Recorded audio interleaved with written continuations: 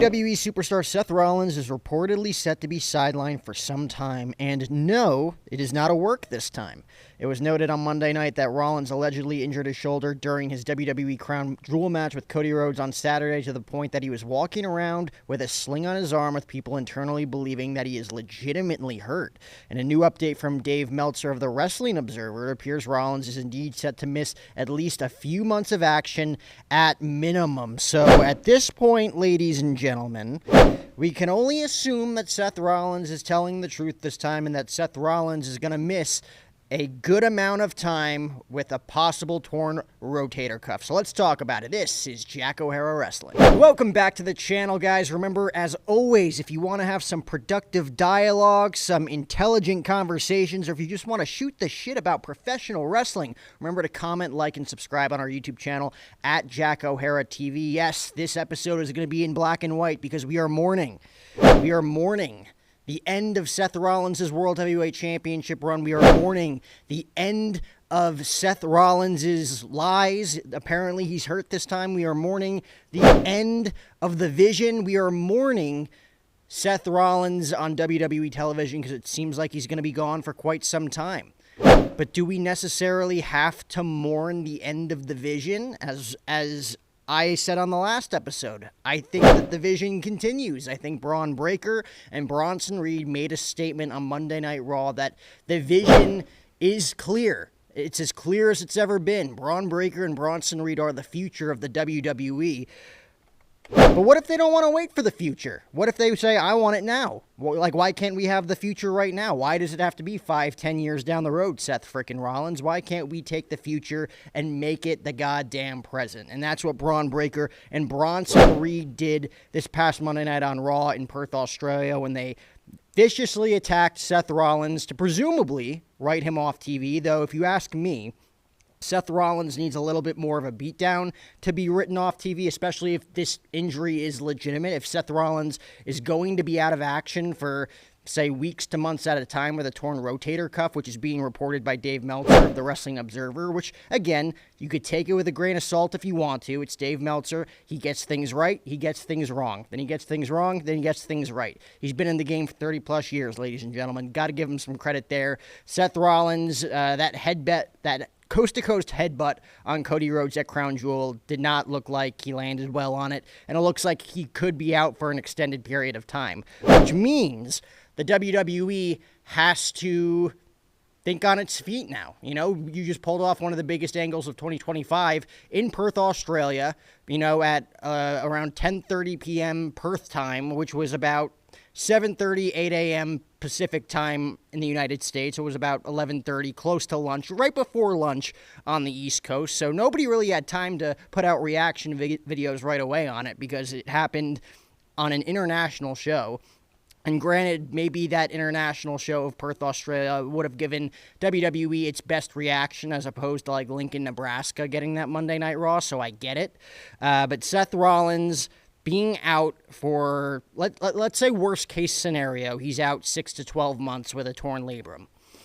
That eliminates him from WrestleMania, eliminates him from Royal Rumble, it eliminates him mainly from the next, 6 to 12 months of great storytelling by WWE. He's going to miss War Games, he's going to miss the Rumble, he's going to miss WrestleMania. Knowing Seth Rollins will probably try to rehab it the best that he can to get back for WrestleMania.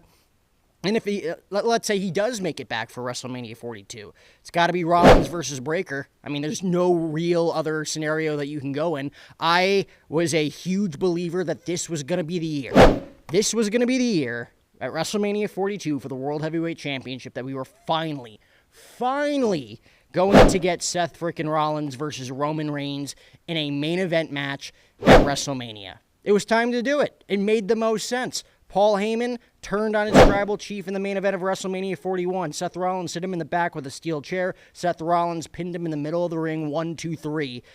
That to me, that sets up Rollins versus Reigns for WrestleMania 42 in the exact same stadium, the exact same city 1 year later to get his revenge, not just on Rollins, but on Paul Heyman. And Roman Reigns has yet to beat Seth Rollins in a huge headline match with a lot on the line. Roman Reigns versus Seth Rollins was the marquee match for WrestleMania 42 and the road to WrestleMania this year. Looks like it's not going to happen because even if Seth Rollins comes back, how can you not tell the story of Braun Breaker versus Seth Rollins? The biggest question to me moving forward into Monday Night Raw next week is that if Seth Rollins makes an appearance, is he going to get another beatdown from the Vision and then that writes him off TV? I guess you could tell the story of that spear and that tsunami by Bronson and Braun in Perth could write off Seth Rollins. They just announced that he has to relinquish the World Heavyweight Championship. Or maybe Seth Rollins comes back out, as spiteful and as heelish as Seth Rollins can be and says he doesn't need, Braun Breaker. He doesn't need Bronson Reed. He doesn't need Paul Heyman, who it looked like he chose the side of Bronson Reed and Paul Heyman and Braun Breaker moving forward. So Seth Rollins and Paul Heyman's duo and that whole influence and that whole massive turn at WrestleMania only lasts a little over 6 months. Seth Rollins could come out on Monday Night Raw and say, hey, in my grandiose win over Cody Rhodes at Crown Jewel, I tore my labrum and I'm going to be out of action for a while. Or he could come out and say, last week on Monday Night Raw when my two pupils, Braun Breaker and Bronson Reed, beat the crap out of me and turned their backs on me, I tore my labrum on a tsunami. Maybe that's plausible. Maybe they go that route. To me, Braun Breaker and Bronson Reed still need to put a vicious beatdown on Seth Rollins next week on Monday Night Raw to solidify that he's going to be out for 6 to 12 months, because I don't think you could just say, well, I tore the labrum in Crown Jewel and I can't defend my title, because you would have known that the night after, and I'm pretty sure they knew that the night after, especially, maybe they didn't know the specifics of it, but Seth Rollins definitely knew that he was going to be hurt and that he was probably going to have to take some extended time off. I mean, they made CM Punk the number one contender, I feel like, with the hope that maybe the injury's not as bad as we thought it was and that we were able to pull off CM Punk versus Seth frickin' Rollins for the World Heavyweight Championship, presumably on November 1st at Saturday night's main event. Now you have to pivot in a big way. Who does CM Punk face for the World Heavyweight Championship on November 1st? Do you immediately go all in with Braun Breaker, and then all of a sudden maybe Braun Breaker wins the number one contenders match and faces CM Punk at Saturday night's main event? Maybe you pull the trigger on Jey Uso getting his one-on-one rematch. There's a lot. I mean, LA Knight versus CM Punk writes itself right now as well, the way that he's been booked. So there's a lot of different ways that the WWE could take this. I still hope that Seth Rollins isn't actually hurt. I mean, we were here 4 months ago, 3 months ago, mid-July, early July, when Seth Rollins, did the backflip off the ropes in his match against LA Knight. We thought Seth Rollins just tore his ACL again. He just tore his meniscus again. He just tore his MCL again. And we thought Seth Rollins was going to be out for the next 6 to 9 months with, that laboring knee injury. The same knee that he's torn over and over and over again. It was a great ruse, the ruse of the century, when he cashed in his Money in the Bank contract on CM Punk at SummerSlam. The drop of the crutches is an all-time moment. They did it. You can't do that again. I mean, Seth Rollins, some people are saying that Seth Rollins had Braun Breaker and Bronson Reed attack him just to, have another ruse on CM Punk in their World Heavyweight Championship match. And of course, it's plausible. The second CM Punk's back in the World Heavyweight Championship scene, Seth Rollins is down and out. He's down and out with an injury. Everybody that had his back, Braun Breaker, Paul Heyman, Bronson Reed, they all turned on him. Why wouldn't they have Seth Rollins versus CM Punk, where Braun Breaker and Bronson Reed come out of nowhere and shock the world again and, reveal that it was all a ruse and that they always had Seth Rollins' back? That would, to me, it's like that's another thing that's never happened before. Seth Rollins might be thinking ahead of the curve here, like he did at SummerSlam. It's like everybody's going to think I'm legitimately hurt because we've never pulled an angle like this before. Remember when he faced LA Knight, he quickly allowed LA Knight to hit his finisher and end the match, and then they panned away from the ring, which made you think, oh no, this is real. Seth Rollins, Mr. Money in the Bank, he's going to be out forever. At the time, he was Mr. Money in the Bank, so it was kind of cool where it's like, okay, he can come back and cash in and immediately be in the main event scene. But it was also, he was red hot, and you wanted to see him cash in soon. He had stories to tell with Punk, with Roman Reigns, with everybody. And now we're in a situation where he could be legitimately hurt, and now the Rollins-Reigns main event is off the table. Rollins versus Punk for the World Heavyweight Championship could be off the table.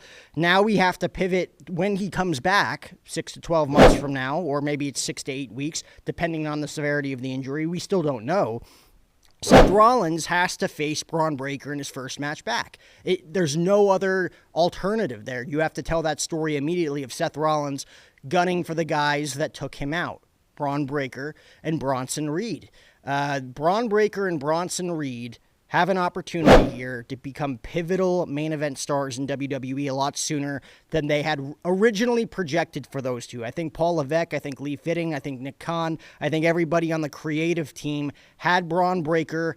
They were protecting him.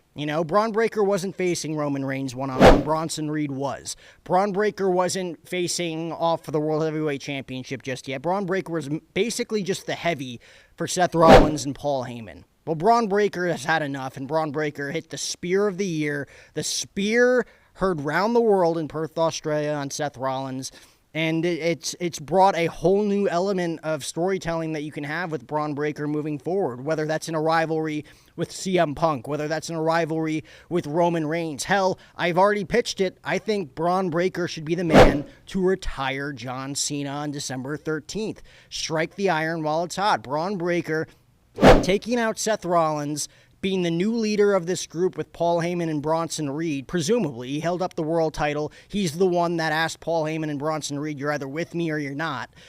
Braun Breaker, they should strap a rocket on that kid and shoot him to the moon. Braun Breaker should face CM Punk for the World Heavyweight Championship on November 1st, and he should beat CM Punk. Braun Breaker then should head to Survivor Series and defend the title against, say, Roman Reigns, and have him beat Roman Reigns. Then he should retire John Cena on December 13th, and then you head into Royal Rumble season and WrestleMania season, and that's when you can book who's ever available at the time. Now, this is just me fantasy booking Braun Breaker's next 6 to 9 months. Braun Breaker, after retiring John Cena, could face the winner of the Royal Rumble match. Maybe you hold off the Breaker versus Reigns match for WrestleMania for the World Heavyweight Championship.